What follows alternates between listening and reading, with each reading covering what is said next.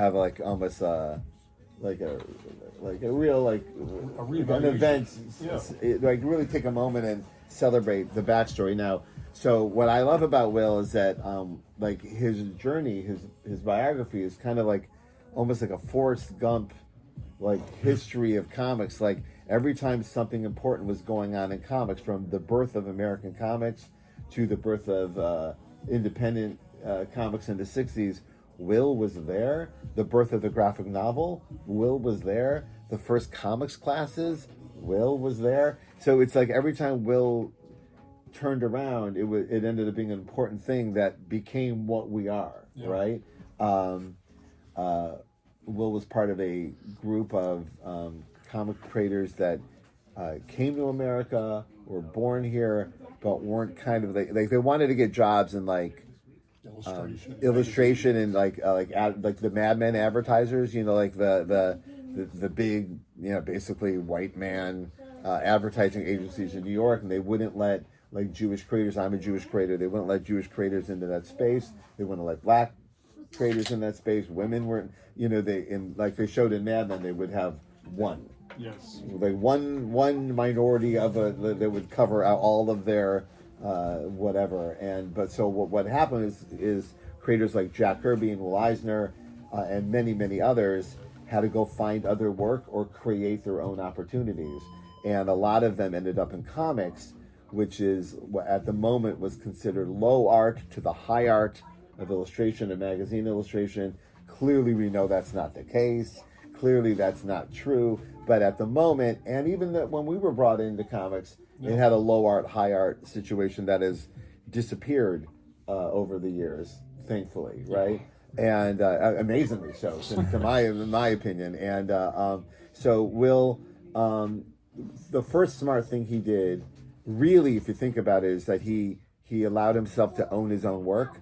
A lot of creators were selling stuff. Famously, Superman sold for a check you can see online. It was $125 or something. It was more than that, but like the actual rights were like a little bit of money, right? Yeah. And so that was the I'll sell this thing. It's all disposable, right? All these characters in these comics, they're all meant to be like, you know, just read and thrown in the garbage. So no one was taking them seriously as potentially billion-dollar multimedia empires. None of that existed. There's no real future for it. Yeah, so everyone was treating it like garbage and making handshake deals or low deals or selling something. Ooh, I sold that for $125. I just made a killing, right? That was the feeling at the time. And then literally 4 years later, like, oh no, I made a huge mistake, right? Will had... And a few people had the foresight, but Will famously had the foresight to start his own studio, hire his own artists, own his own material, package his own comics, kind of invented the comic book as we know it, as they went, oh, hey, let's take the comic section of the newspaper, fold it, staple it, and they found out more people were buying the newspaper for the comic section. Like even when I was a kid, that was like the thing you went to first. And he was like, why don't we sell it separately for a dime and see what happens? Huge hit, right? And it started honestly a media revolution of how we saw stuff. But still, for decades, a disposable medium. But he owned the spirit, famously went off to war. You can read his work pre-war and read his work after war, and you could see the genuine, it's so fascinating, the growth of a spirit. Like there was stuff in his material in early days that was racially insensitive, let's say, and just of the moments that were just, you know, not cool. He went to war, met people he never met before, had experiences he never met before, saw humans in a way he never saw them before, came home and said, what am I doing? Some of this is terrible. This is gross. And reinvented himself completely. That's a truly amazing moment for any creator. If that was the only thing he did in his career was reevaluate himself and put new work out for us to evaluate, that would be enough. But he then went, Dayenu, and then when then he kept the comics business going for a while. But when the comics business became under the heavy thumb of the oppressive government, and there were Senate hearings and things were going well, he pivoted more to industrial comics. Like he found a way to keep his business going without having to deal with any of that, and kind of left adventure comics and medium comics to do informational comics. He was doing it in the war. He was making he realized that a lot of the GIs weren't reading the manuals, so he made manuals out of comic book manuals for the GI. And it was like, hey, idiot, read this. It was really written that, put your rifle together. Hey, stupid, this is how you put a rifle together. And it was written kind of that way, like goofing on each other and having fun with it. But it did help people and made people safer and found another way to express himself. And even when you read those, right, they're genuinely good. Yeah, they're fun reads. And that thing that he started, they're still making them today. Yeah, the Kubert School took over the production of them. Yeah, that's awesome. Uh-huh. Well, so and then for a lot of years he was doing that, and he kind of like famously became a guy in a suit who ran like an ad agency, right? And then in the '60s, a very famous person in the comics world, Dennis Kitchen, brought Will Eisner to was it San Francisco, or like it was like a big a comics convention, but like Robert Crumb was there, and art, like all the real avant-garde '60s creators who were like smoking weed and like doing all the '60s stuff and hippies, and there was all this. The content is now very famously, but at the moment people were like, it was very avant-garde, and they were all like, "Oh my God, Will Eisner, you're our godfather. You're responsible for all of this." And he was like this already older, middle-aged Jewish businessman going, "What?" Like he did it. And it's another moment of his life that I love is that his first reaction was yikes, and then he left, and then he went home, and in the quiet moment. And he's described this a few times. Went, I want to be in that space. That space is. I past the weed and all the other stuff. I belong there. Those are my people. Yeah. And he even reacted all like these long-haired Robert Crumb, like, hey man, like he realized he was part of them and kind of walked his way back into comics at the same time. And then this gets a little dark. His daughter passed away. And the way Will was raised, his whole generation was raised, hard time processing trauma, hard time processing loss. They talk about it in the documentary where he was very quiet, but then wrote Contract with God. And the Contract with God is a masterpiece graphic novel where basically you're literally, the characters are, hey, God, what the hell? It's like, why? Why does this happen? Why do good people die? And so Will Eisner went from the spirit to, hey, God, what the hell, right? Which is an ultimate expression for any artist to like literally ask the biggest questions in the world.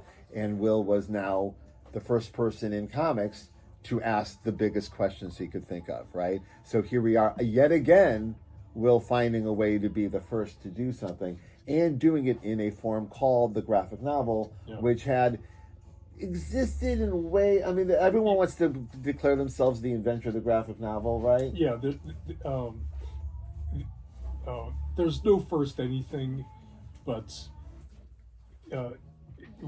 somewhere in the constellation of things that could be the first graphic novel, you'll find a Contract with God. Yeah.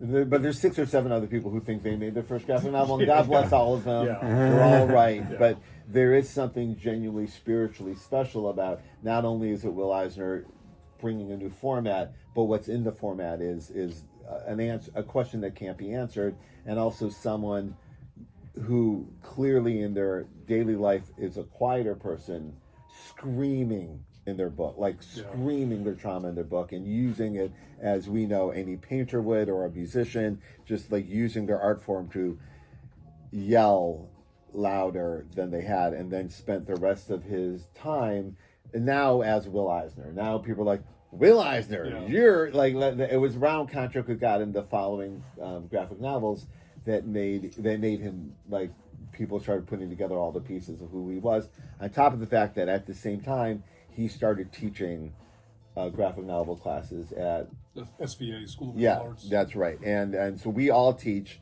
at Portland State. Like we're all college professors about comics, and we do it because of him. Like we can't literally. I've never gone a semester without literally gone through his tech. He wrote the first textbook on how to make comics and sequential art. If you see it around here, I'd pick it up. It's essential. Shockingly ages incredibly well. Like as decades go on and mediums change and language of mediums change and the tools of the medium change, that and understanding comics not aging is incredible. Yeah. Right. If you're doing webtoons, you use that book to figure out the language. It still works. When I take the Webtoons seminar, which I've done a few times, and you're like, oh, that's amazing. Same principles. Yeah. Truly amazing. So, having all of this, and so Will spends the last chapters of his life with one banger graphic novel after the other, one big giant question or one big giant project. Some of it whimsical, some of it very dark. He died at the drawing table. One of my top three, I think, coolest ways to go. Like if you're gonna go to the drawing table, asking an unanswerable question. He was working on a graphic novel called The Plot, which was an answer to a very famous anti-Semitic publication that had been dropped all over Europe for his entire life. Protocols of Zion, right? Yeah, Protocols of Zion, and so he was writing an answer to it as his last statement as an artist. Wow, like no one plans anything like this, and whatever. But my goodness, right? He went out swinging, and it was an incredible situation. You've met Will Eisner. Yeah. When did you meet him? It was the year that we won the Eisner Award for Powers. And he was I'm so glad he was and he was there, and I just saw that his table was kind of empty, and I was like, all right, well, let's go and talk to him. It was very brief, and he was just the sweetest, most inviting person. Like I don't think he knew Powers at all or anything, of course, but he was just he there was a kinship that he recognized as an elder. He's like, oh, okay, you've come into this world and stuff, and like just literally put his arm around me. He was like, yeah, let's take a picture together and congratulations. And he allowed me to gush over him without being weird about it or anything like that. Like he had probably used to it at this point. He had grown to the place where he learned to take a compliment, which most artists and creators can't. So it is a thing. It was everything that I'd wanted, and I just walked away like, oh, you're like I just So I posted. You posted a picture of yourself with Will Eisner. You go, I'll see you with Brian at the thing. And I went.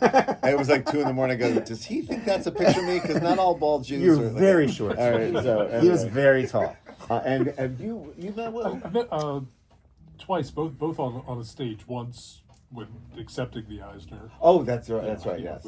Apologies for that. And the other time I was on a panel. You didn't steal it. Yeah. You won it. It's the public record. Apologize. You're allowed. That's what we're here. Yeah. And the other time was I was on a panel with Will and John Byrne. What? Yeah. How did the panel not explode? Well, Byrne, to his credit, spent the entire time directing attention towards Will. That's lovely to hear. Yeah. Just for those of you who don't know your history, that's surprising to hear. So that's great. That's great that happened. And to my credit, I kept my mouth shut the entire panel. I said, Steve Lieber when they asked me my name, and then I realized I had nothing really to offer in the situation. I let the pros talk. Oh yeah. I my stories are embarrassing. The first one is when I read my first graphic novel that was coherent, and it's not good, but it's coherent. It was a spy graphic novel called Fire, and I had gotten into my head that I needed a Will Eisner quote on my book, and like you're sitting there, we're all like just comic creators alone in our basement, imagining the world. So I sent him to his office at school. I sent him my graphic novel, and he generously wrote me back. And this is pre-internet. He wrote and mailed me a letter. And in the He lit the letter, stamp and everything. he told me I could do much better than I'm doing. And it was not mean. It was, he goes, hey, you've got some, he goes, you've got some real good instincts as a storyteller. Your basics are there.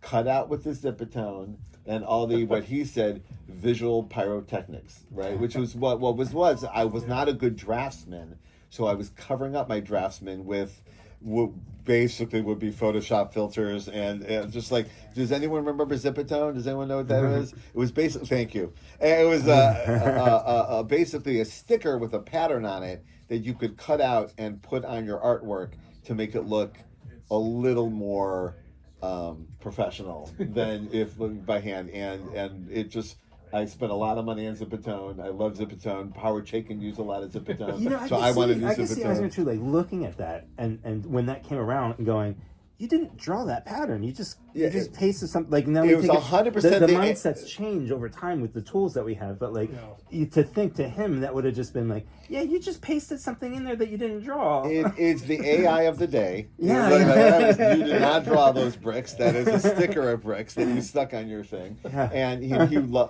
goes, you literally, he wrote, you've almost got what it takes.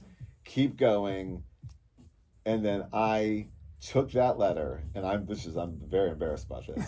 And I wrote on the back of the first printing of Fire, I wrote, ... got what it takes ... I did the for older people, movie reviewers used to do this all the time. They would, like, some bad review would come out, they would take the 3 words that almost sounded good and ... it, and I 100% ... it Will Eisner, and published it, and immediately was filled with deep shame, like deep, like even telling you the story right now, I feel deep shame, right? But I learned from it. It was that was an unearned compliment, and you should go to hell for doing that. And then cut to just a few years later, I'd gotten enough of my stuff together. We were all at San Diego Comic-Con. I believe we were there together, and our dear friend and Dark Horse alumni, Diana Schutz, said, hey, Brian, come here. And he goes, Brian, meet Will Eisner. We're going to lunch. You want to come? And I went, Yeah. I completely froze and immediately went to, he's going to figure out I'm the guy who ... him on the book he's never seen and a thing he doesn't remember and a thing that happened 1,000,000 years ago that meant nothing to him. But in my head, it was the most important thing, and I was about to be shamed. And also, my biggest was, I've not earned my place at this lunch. Like, no, like, you do not belong. Like, you are not. And I said no, and Diana looked at me like, like, I don't know how many times you're going to get this invite. And I was immediately mad at myself for not taking. I was so mad at myself for not doing it. I was too scared. Here comes a humble brag. I apologize. The next week, out of the blue, Stanley emails me and says, hey, are you in town? Are you ever in Beverly Hills? Let's go to lunch. And I literally turned to my wife and I said, I need to get on a plane and go to LA and have lunch with Stan. You weren't planning on being there. No, I had no plans to be there. I said, I feel the universe is giving me a do-over. Yeah. I've made For sure. You made a huge, humbling mistake.